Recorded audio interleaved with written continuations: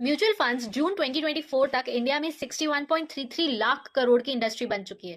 आइए देखते हैं कि इसकी शुरुआत कहां से हुई और ये इस स्टेज तक कैसे पहुंची। फेज 1 स्टार्ट हुआ 1963 में यूनिट ट्रस्ट ऑफ इंडिया के एस्टैब्लिशमेंट के साथ। तब इसका रेगुलेटरी कंट्रोल आरबीआई के पास था। इंडिया में जो फर्स्ट म्यूचुअल फंड स्कीम आई थी वो थी यूनिट स्कीम 64 या यूएस 64। 1978 में यूटीआई का रेगुलेटरी कंट्रोल आरबीआई से शिफ्ट करके आईडीबीआई के पास चला गया था। 1988 के एंड में यूटीआई 6,700 करोड़ के फंड्स मैनेज कर रहा था। फेज 2, इस फेज में पब्लिक सेक्टर की म्यूचुअल फंड इंडस्ट्री में एंट्री हुई।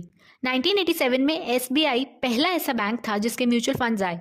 उसके बाद कई सारे बैंक जैसे कि can bank, PNB, bank of Baroda, Indian bank ने भी अपने फंड्स लॉन्च किए। एलआईसी 1989 में म्यूचुअल फंड्स लेके आया और 1990 में जीआईसी। फेज 3, 1992 में सेबी आया।